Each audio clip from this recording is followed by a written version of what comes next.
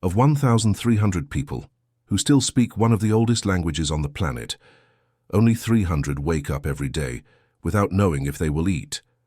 Not because of poverty in the sense that you know, by ancestral choice. The Hadzabe have lived for 50,000 years the same way, on the same lands, hunting the same animals with the same techniques, wild pigs, antelopes, baboons, all slaughtered with bows made of branches and arrows dipped in deadly poison. You are about to enter the last living laboratory of how humanity survived before inventing agriculture. If you are passionate about wild animals and real documentaries, do not leave this video. Watch until the end, subscribe now to the channel, and comment where you are watching from. The sun has not yet risen over Lake Eyasi in northern Tanzania. The temperature dropped to 15 degrees during the night, but no one complained. There is no blanket. There is no tent. Only antelope skins spread over the dry earth and the heat of the embers that survived until dawn. A man stands up without making a sound. His bare feet know every stone, every branch, every natural trap of the terrain. He reaches for the bow leaning against a baobab and checks the arrows one by one. 3 of them have their tips covered by a black and sticky substance, poison, the difference between returning with meat or returning empty-handed. The camp houses approximately 25 people at this time of year, 8 adult men, 9 women, 6 children of various ages, 2 elders who have passed 60, an extraordinary age by any historical standard. The huts are temporary structures, assembled in less than 2 hours using intertwined branches and dry grass. They look fragile. They are fragile. They do not need to last more than a few weeks before the group moves to another point in the territory. The Hadzabe territory is only 50 kilometers from Olduvai Gorge, the place that scientists call the cradle of humanity. There, the oldest fossils of our direct ancestors were found, dating back almost 2 million years. The Hadzabi do not need a museum to understand this. They are the living museum. Their genetics are so ancient that Harvard researchers discovered something disturbing. Hadzabe DNA is closer to the first populations that left Africa than to any other current African group. They literally carry the original code of the human species. But what does it mean to wake up every day and know that your next meal depends exclusively on your ability to find, pursue, and kill another living being? The Hadzabe do not have a refrigerator. They do not have a pantry. They do not have an emergency reserve.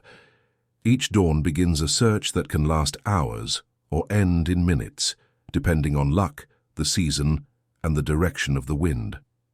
During the dry season, from June to October, animals concentrate at the few remaining water points. This makes hunting more predictable. During the rains, the vegetation explodes in green, and the prey disperse through immense territories. Plant food increases, but meat becomes more difficult. The wild pig is one of the most valued game. 2 types inhabit the region: the African warthog, with its characteristic curved teeth that can tear the flesh of an adult man, and the bush pig, smaller but equally aggressive when cornered. An adult male warthog can weigh up to 150 kilograms. This is equivalent to the weight of 2 Hadzabe men together. Slaughtering one of these animals with a bow and arrow is not just difficult, it is potentially fatal. The hunters go out in groups of 2 or 3, rarely more. Noise is the enemy. The Hadzabe developed an almost telepathic communication during the hunt. Minimal gestures, looks, head movements imperceptible to those who do not know the code. They can spend hours in absolute silence, tracking footprints in the dust, identifying fresh feces, reading signs that would be invisible to any outsider. A wild pig track tells an entire story to those who know how to read it. The depth of the footprints indicates the animal's weight. The distance between them reveals the speed. The pattern shows if it was walking calmly or fleeing from something. Fresh feces confirm how long ago it passed by there. Snout marks in the earth indicate where the animal rooted in search of roots or insects. Hairs caught on thorns reveal the height and color of the coat. The Hadzabe process this information instantly, like you read a message on a cell phone. For them, the ground is a screen that never stops updating. This reading capacity is not mystical. It is intensive training since childhood, A Hadzabe boy accompanies hunts even before. He knows how to walk properly, carried on his mother's back while she collects fruits and roots near the hunting group. Around the age of 3, he already plays with miniature bows made especially for his size. At 6 or 7, he can hit small birds at short range. At 10, he manufactures his own arrows. Each stage of development is accompanied by direct observation of the most experienced. There is no formal school. The entire territory is the classroom. When they find the right track, the pursuit begins. It can last 20 minutes, it can last 5 hours. The wild pig is intelligent and suspicious. At the slightest sign of danger, it runs to the densest brush where thorns tear the skin of those who try to follow. The hunters need to anticipate where the animal is going, not just follow where it went. This requires intimate knowledge of the territory, decades of accumulated experience, memory of every ravine, every rock formation, every natural corridor between the vegetation. The Hadzabe bow is a surprising work of engineering. Made of local wood, usually from trees called kongoroko, it develops a traction force of approximately 300 newtons. For comparison, modern Olympic bows generate about 210 newtons. The Hadzabe bow is more powerful than the equipment used in international competitions. Scientific studies measured the speed of the arrows, 45 meters per second. A Hadzabe arrow pierces the air faster than most professional tennis balls, but brute force is not enough when your target can kill you back. This is where the poison comes in. The Hadzabe use mainly 2 plants to manufacture their deadly toxins. The first is Adenium obesum, known as the desert rose. The second is Strophanthus eminii. Both contain cardiac glycosides, substances that interfere directly with the functioning of the heart. When the arrow penetrates the animal's flesh, the poison enters the bloodstream. First comes weakness, then disorientation. The animal begins to stagger as if it were drunk. Finally, the heart stops.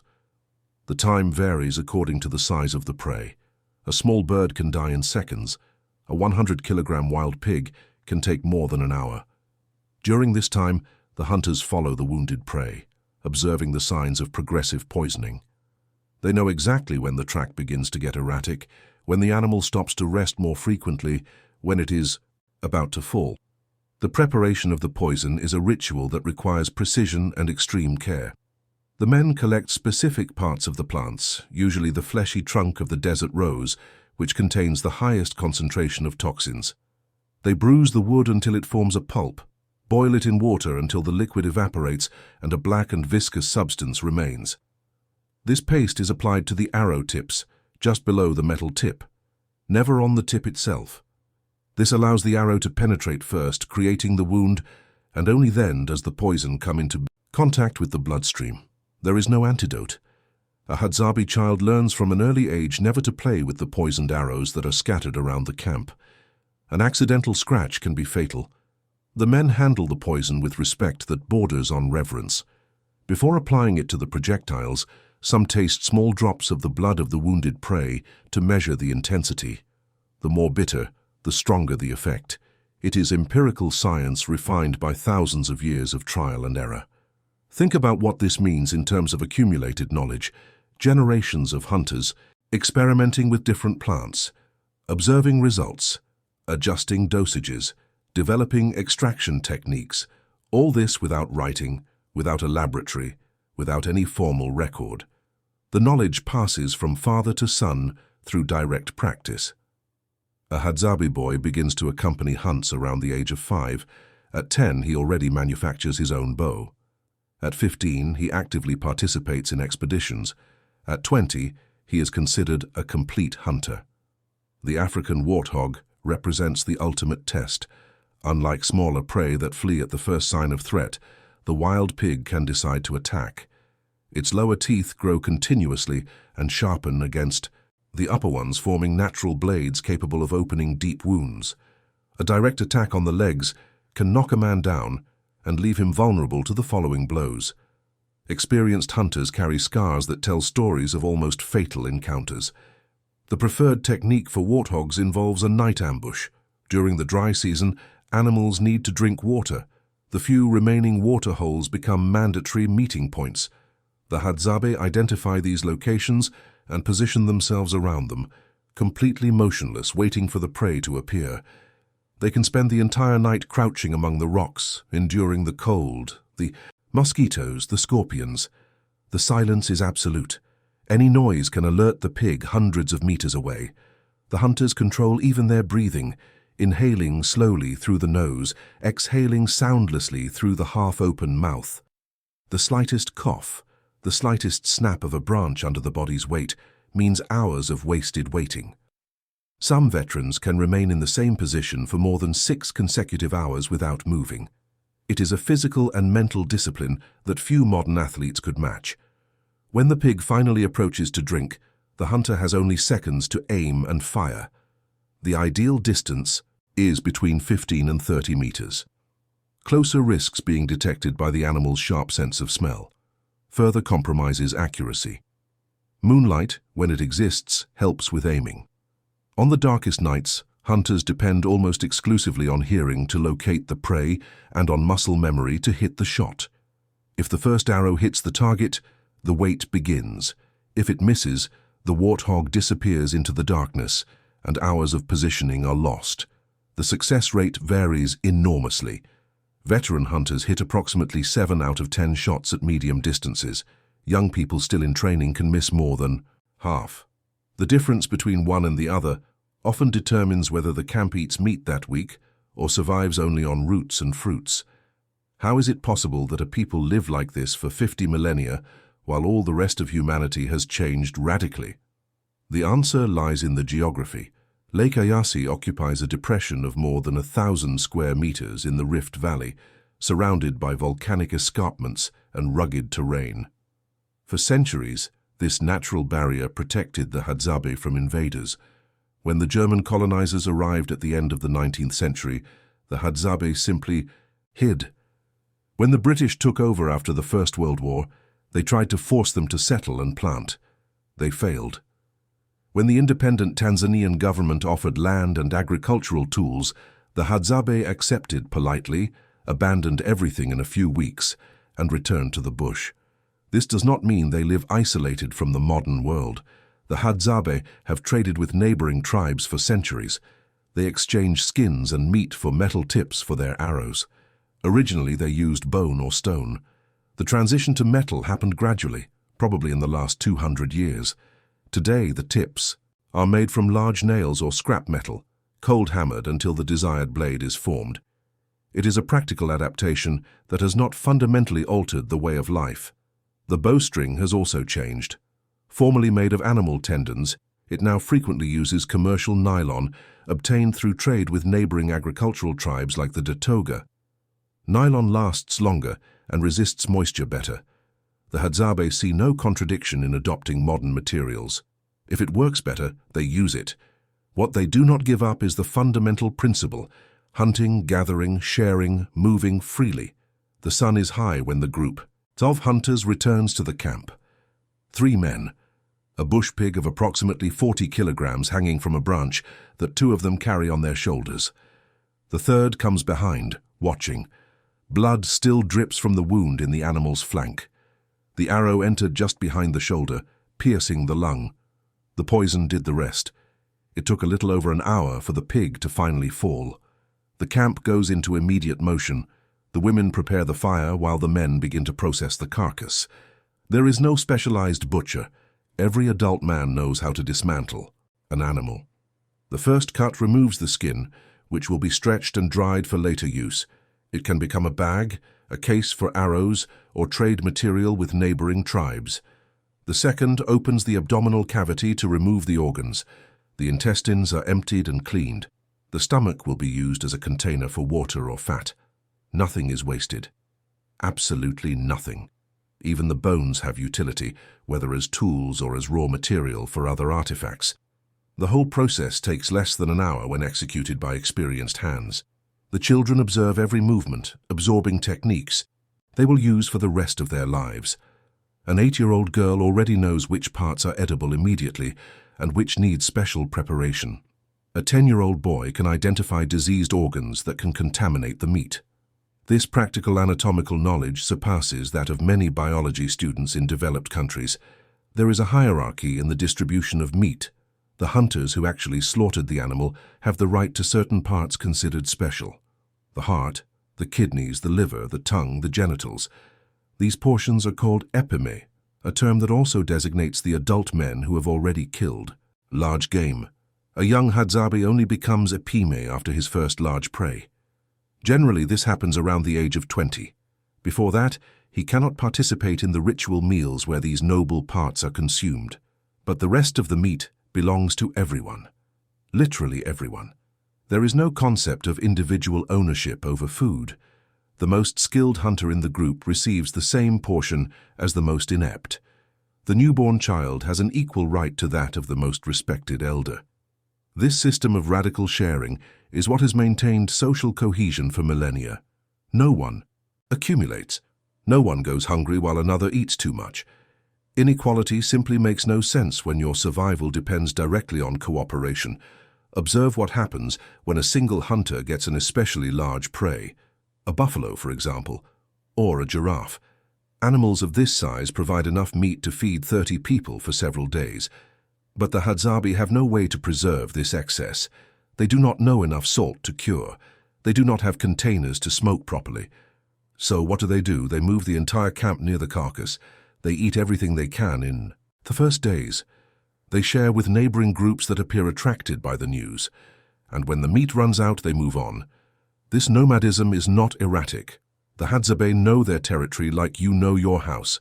They know exactly where to find water in each season, which trees produce fruits at what time, where the pigs usually take shelter during the heat of the day, where the bees build their hives in the hollow trunks of the baobabs.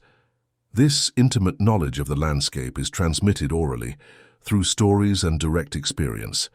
The relationship with honey is particularly fascinating. The Hadzabe developed a unique partnership with a bird called the greater honey guide, known locally as the honey guide. The bird can locate beehives but cannot access the wax and larvae it wants to eat. Humans can open the hives but have difficulty finding them in the middle of the dense vegetation. The solution? Interspecies cooperation. The bird calls the hunters with a specific song. The men respond with whistles. The indicator then flies from tree to tree, always stopping to check if the humans are following. When it reaches the hive, it perches and waits. The Hadzabe climb. The baobab, using stakes driven into the trunk as steps, drive the bees away with smoke, collect the honey, and leave part of the wax and larvae for the bird. Both sides win. This partnership has existed long enough for the behavior to be genetically encoded in the bird. It is not trained. It is instinct shaped by thousands of generations of coexistence. Honey can represent up to 20% of the Hadzabi diet at certain times of the year. Rich in calories, sugars, and enzymes, it provides quick energy for the physical demands of life in the bush. But, unlike meat, honey also has a special social dimension. Finding a particularly abundant hive is cause for celebration.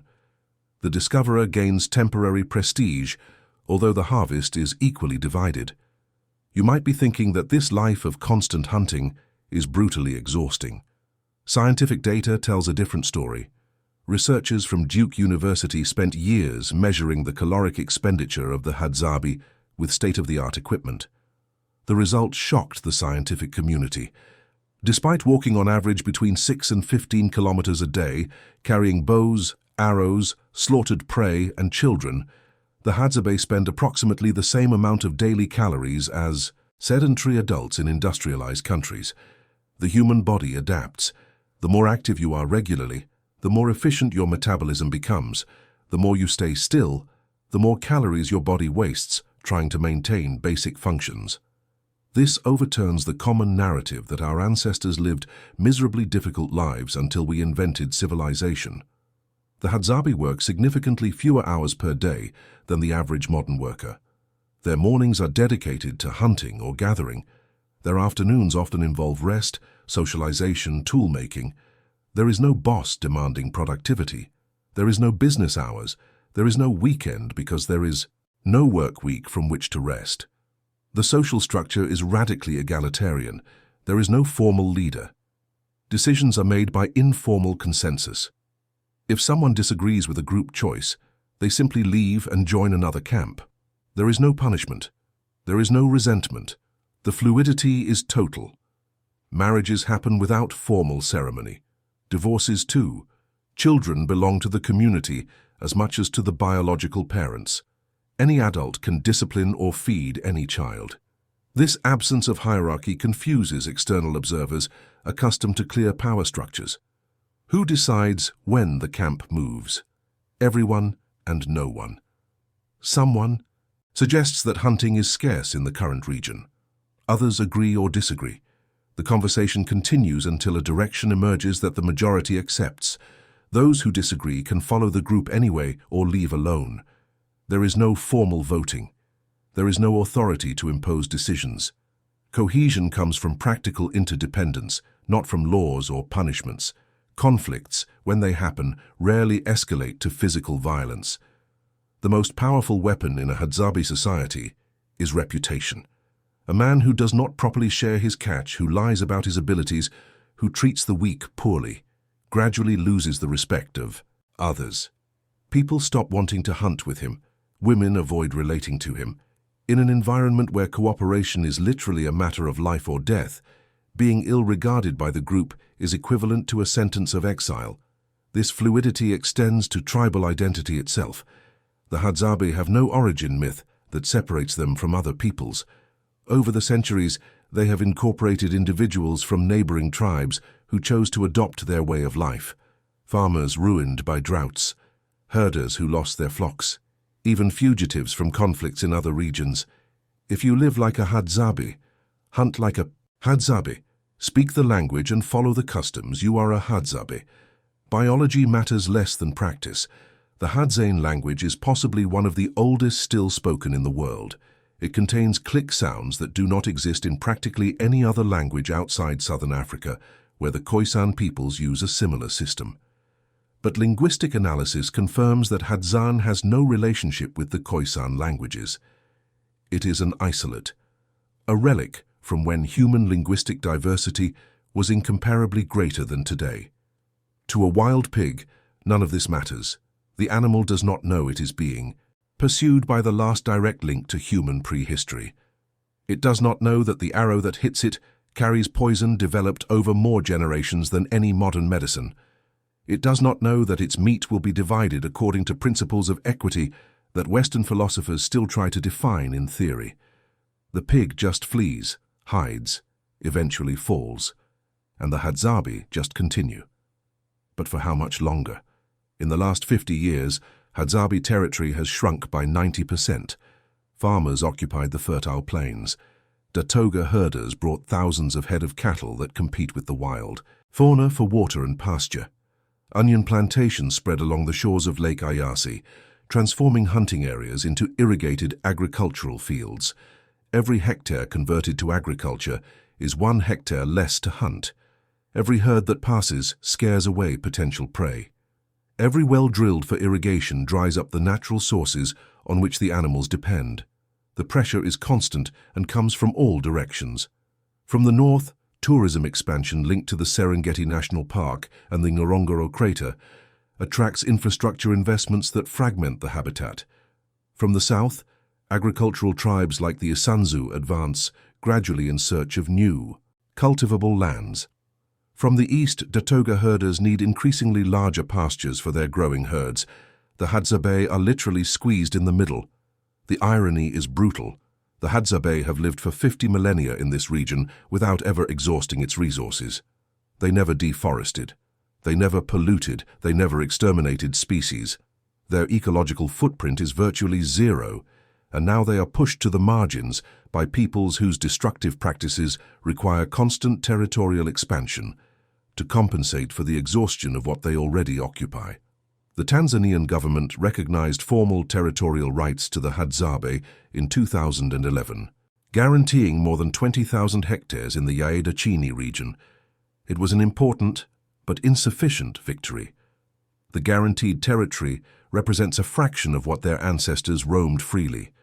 And even within these official borders, the invasion continues. Herders ignore boundaries.